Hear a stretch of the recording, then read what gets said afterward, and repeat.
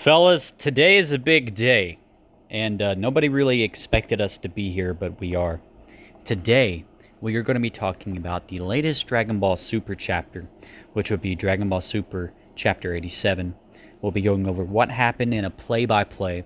We'll also be talking about some of the superhero English dub money that has been coming in. And we'll conclude the video by touching a little bit on the Dragon Ball Fortnite thing going on. So, before we do anything, let's just address the elephant in the room here. Frieza is black and back. Frieza is back and black. Wait, that's it. Frieza is back in black. There we go. I wonder if anybody's used that yet. But yeah, so if you already come here looking for spoilers or just the chapter's already out, so it's not really a huge deal. But what I'll do is I'll just go over the summary that was already posted before the chapter came out. And I might, just talk about it and give my take because this is the discussion. So, it begins with Goku and Vegeta promising each other to train even harder to beat each other in the race. Again, that's kind of a weird phrasing, weird way to phrase it. But if you read the chapter, you know, it's just Vegeta saying he's going to surpass him and all that. Granolah falls on the ground due to the after effects from the attack he used to defeat Gas. Granolah explains to Goku and Vegeta that he exchanged his lifespan in order to get the power, his power, and he thinks the attack from earlier has shortened it even more. Monito comes running to heal Granolah, and as he was about to heal him, he realizes that he can now heal someone to their full strength because of how many times he's healed Granolah and the others. His healing abilities have improved. He then heals everyone back to their full strength. Meanwhile, Elec is frustrated as all his plans have flopped. He says he shouldn't have trusted the Dragon Balls. He then prepares to flee from the planet. Vegeta notices Elec escape alone. Goku asks Elec if he's forgetting about his siblings, to which Elec replies that he's done with them. Suddenly, a beam hits Monito from behind. Everyone is shocked. They turn around to see that it came from an even older Gas in midair. Now, people were talking about the brutality of this chapter a lot, and I definitely agree. This chapter was one of the most brutal chapters we've had in a while. Probably the most brutal Dragon Ball Super has been. Not more brutal than some of the most brutal stuff from Dragon Ball Z, but it was still the most brutal in Dragon Ball Super for sure. Because he looks way older than before. He's old. His skeleton is visible. Let's see, where were we? Okay. Granolah runs to Monito for his aid, while Goku and Vegeta transform into Ultra Instinct and Ultra Ego, respectively, and go after Gas. As Goku and Vegeta get themselves together and prepare for a Kamehameha and Gallic Gun, Gas hits them with a huge ki blast followed by kicks. Gas's left cheek completely wears off, his left skull becomes more prominent. Goku comments that Gas threw himself into the energy wave he emitted to land kicks on them. That means Gas doesn't care about damaging his own body anymore. Vegeta notes that it's like they're not fighting a living person now. Granolah cries, seeing Monito die. He says he can't let him die on him, but he can't do anything to save him. That was like a really sweet scene, by the way. I really love Granolah. I mean, he's my profile picture on YouTube now. He's definitely not my favorite Dragon Ball character overall. That's still Trunks, but Granolah still takes the cake for one of my favorite Dragon Ball characters we've had in a while. And then the Granolah arc is over with this chapter, so after I go through this recap, we'll touch on what I thought of the arc overall and where I would place it in Dragon Ball Super arcs. But anyway. Monito says that his life has already ended 40 years ago. His only purpose after that was to raise Granolah to be a man. He thanks Granolah for all the good times he spent with him and closes his eyes. That was pretty touching. Goku in his Ultra Instinct breaks Gas's left arm with a kick, but it doesn't bother Gas a bit. He counters with a punch from his left arm, which sends Goku flying. Gas's left arm is now visible, his left arm bone. Goku is shocked to see him move with that broken arm. Vegeta comments that even being the greatest in the universe is nothing but a curse. Elec is surprised to see Gas turn the tables again. He laughs and says, "Until your last breath, you are the greatest warrior in the universe. Now kill them, kill them, kill them!" Maki and Oil stand in the way and suggests Elec to stop Gas and flee from the planet together and try winning next time. Elec slaps Maki, which sends her flying. Oil catches her. Elec says, "I told you there is no next time. Gas will soon run out of life. For him to become the greatest warrior in the universe, his life had to be cut short." Gas is shocked to hear Elec's words. He's surprised to know that he'll run out of life soon. So, Gas stops hitting Goku and sees his face in a nearby river and can't believe what he looks like. Elec tells Gas, incompetent. Elec calls Gas incompetent, my bad. He calls Gas. I'm incompetent for reading that like that. Before wasting time looking at the river, he tells him to just finish them quick before he appears. Just then, a familiar figure drops on the ground. To everyone's surprise, it's Frieza. Frieza! That's right, Frieza. Frieza is on planet Cereal. While everyone's shocked, Elec has some different expressions. That's cool, because Elec is freaked out. Frieza penetrates into Gas's stomach. That's a weird word to use on the summary. And kills them. I guess he is penetrating him, but still. As we see Gas age older and turn into a skeleton in a second, Frieza smashes Gas's skull with his foot. Everyone is shocked. Frieza says, Mr. Elec, I heard you called me. Let me ask this again. What business do you have with me? Elec is scared and says that he's got nothing. He says it's a misunderstanding or something like that, I think, from, if I remember correctly. Goku, Vegeta, or he said that he did, but, you know, I can't remember. Point is, he's trying to play it off. Goku and Vegeta wonder how Frieza killed Gas with one shot. Frieza tells Elec there must be a good reason why Elec called him to a distant planet. Elec tells him he's sorry that he called him here for business negotiations. It's a misunderstanding. Frieza asks if his plan was to have him killed by the hands of Gas. I think this says Frieza asks, but I'm pretty sure if I remember right in the actual chapter, he pretty much just outright says that that was his plan or something like that. So yeah, Frieza's not to be messed with right now. So Frieza tells him sorry as Gas is all dust now, thanks to him. He tells him that he knew all about his plan 40 years ago, but kept quiet as Elec's troops were of use to him. He also tells him that nothing happens in this universe stays hidden from him. He calls Elec the weakest among all the heaters. Elec tries to punch Frieza, but he grabs his hand and kills Elec with a blast. That was pretty cool. Frieza then notices Goku and Vegeta on the planet too, both in base form now. Goku asks him how he could defeat Gas so easily. Vegeta adds by saying that Gas wished to become the greatest warrior in the universe, so he should naturally be more powerful than Frieza. Frieza says, this universe, I see, I was in another realm until now, so I may have not existed in this universe in the first place. Goku asks him what's with this other realm, to which Frieza replies that he found a room on a planet he conquered where the flow of time was different from the outside world. Goku and Vegeta realize that he's talking about the room of spirit and time. Okay, so some people might have a problem with this, so just addressing it right now. The room of spirit and time, that was actually, funnily enough, built up already to be a thing that isn't just one of them. We saw that, I think Maris takes Goku to train in one, so they are somehow, some way, there's just like a room somewhere in the universe, and there are multiple rooms throughout the known universe, so that's probably why the wish happened that way, to where Gas was stronger, and then Frieza comes out, but because Frieza was in another realm, it pretty much didn't count to make Gas stronger than Frieza. And Frieza trained for about 10 years in there. He also says that he's obtained a new power-up from his training to defeat the Saiyans, and then he transforms into his new form, Black Frieza, and rushes toward Goku and Vegeta. Both power up to their new forms and get ready.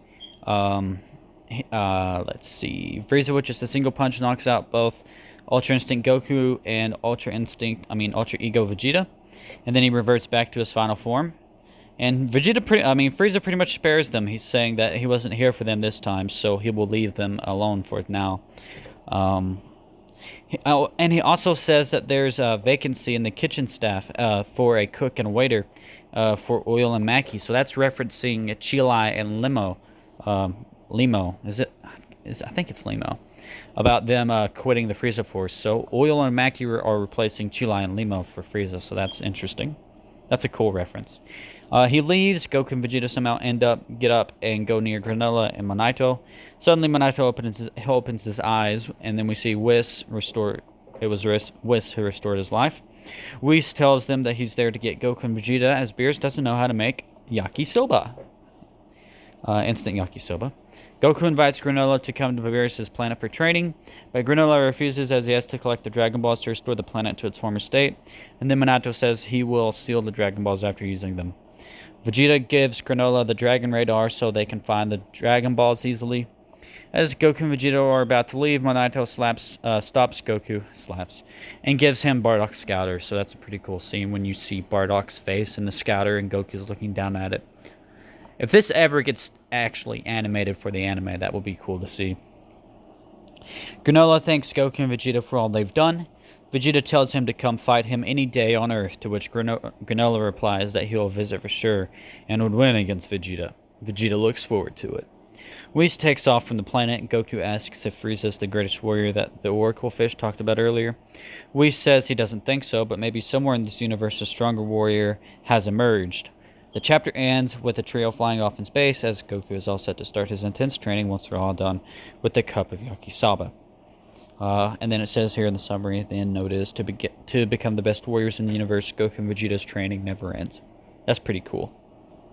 So, now that we've got the chapter summary out of the way, now the big question is, how did the Granolah arc conclude? Did I enjoy the arc overall? Did I have any issues with it in particular? Things like that. So, let's just go ahead and get the big question out of the way. Is this the worst Dragon Ball Super arc? I don't think so. I don't think so. Some people are saying it's the worst, which I don't get. I think it was better than the Battle of Gods and Resurrection F sagas, or arcs. Is it better than the Goku Black arc? I think it might be. This might be probably my second favorite arc. I would have to put it below the Tournament of Power arc has some good fights, but the story is like pretty much not there. So I think the Tournament of Power arc is below the Goku Black arc, and yeah, I don't know. This is going to be controversial. I've seen some people putting the Granolah arc last, but Granolah arc is probably the strongest in terms of narrative. I'm going to put it in my number one for me for Dragon Ball Super. That's putting it over the Goku Black arc, which that was my favorite arc. And maybe my opinions on the Granolah arc will change over time. Maybe my ranking of it will go lower over time. But as of now, it's my favorite. I enjoyed Granolah as a character. I enjoyed the Heaters as characters. I liked having Bardock back and expanding on Bardock. And I think the way it wrapped up was honestly pretty good. We had Granolah getting over his need for vengeance, and instead of fighting Gas, he is there for Minato in his final moments. That's a big step for Granolah in his arc, to put love over vengeance. So I liked, that's weird to say that in Dragon Ball, but yeah, I like the way that story concluded. Granolah was cool. Definitely my favorite part about this arc. As far as Gas goes and the Heaters, I think Gas was a pawn for Elec. Elec was the actual villain of this arc. People are saying Gas was a sucky villain, this or that. Granolah, think about it this way. Gas was just the powerhouse that Elec needed. Elec was the mastermind villain of this. So Elec was the true villain. Gas is more like a minion. So Elec was a simple villain, but it's kind of like how Frieza's a simple villain. So I can't really say anything about that. And I don't think Elec is a better villain than Goku Black or Zamasu, but he's still pretty good. And, Dragon Ball Super,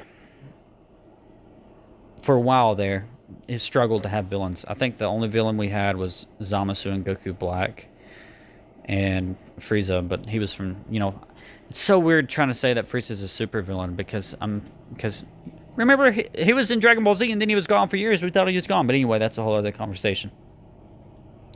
Touching on frickin' Frieza showing up at the end, that was a really cool thing, and setting up for more stuff in the future. So I liked his new form too. Pretty much the same way he achieved Golden Frieza. He just trains off screen. And people forget this. They're always like, oh, training off screen is trash, blah, blah, blah. I know we saw Super Saiyan 3 for the first time in the Buu Saga, but Goku got that off screen. They got Super Saiyan Blue off screen. So, I'm not really too upset about that. At this point, it's just something that I don't want to say is to be expected, but it's nothing that I lose any sleep over. So yeah, I enjoyed the arc overall. It was pretty good. I really liked it. And Dragon Ball Super is going on a hiatus. I think some people were saying it was a month, but then I don't think they said exactly how long it's going on hiatus for. while they're setting up the next arc. So I'm definitely interested to see how that goes. And looking at some Dragon Ball superhero figures, it has grossed $6,441,593. I think that's for August 19th. So it's grossed $10.4 million overall. So it's doing better than expected. And yeah, I'm so used to seeing like big numbers of what's it called, like MCU movies and stuff like that, but I don't think that's bad by any means. Dragon Ball Super Volume 19 sells 47,398 copies in the second week of August 8th to August 14th. Week 1, 117,191 copies. That's from DBS Chronicles. That's where I'm pulling my stores from right now. So, yeah, pretty cool stuff there. Now, what was I talking about? Oh, yeah, I wanted to touch on Fortnite and Dragon Ball a little bit at the end of this discourse. So, like I said, I don't know if I said this at the beginning of this video, but this is kind of like an off-the-cuff discourse video. Before I get into Fortnite Dragon Ball, I want to say sorry for kind of, I don't want to say going on hiatus or not recording a lot, but it's been a few weeks since I did a Dragon Ball 9 video. It's been a few weeks since I did a Dragon Discourse video, and I've told you guys, I've been pretty clear. I've tried to be transparent.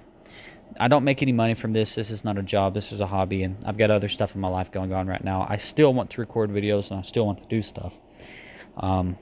It just comes when it comes, and that's the thick and thin of it. I mean, there's no other way to put it. Anyway, thanks for understanding and being patient with this, and appreciate it.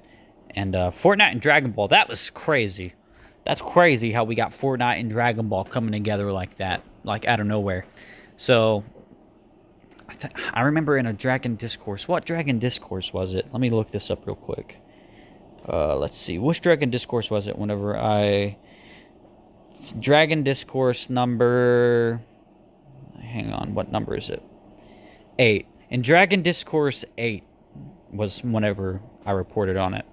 And I talked about it here and there in some of my other videos since then. But we're finally here. And I want to thank you guys for that. So I think... how many V-Bucks do you need? I think you have to buy like $50 worth of V-Bucks or something like that to get everything. $40 or something like that. So yeah, there's 3 bundles, and it's all pretty cool. So if you want to get into the nitty-gritty, if you want to see what all the bundles are and everything like that, I encourage you to check out my Dragon Ball X Fortnite video.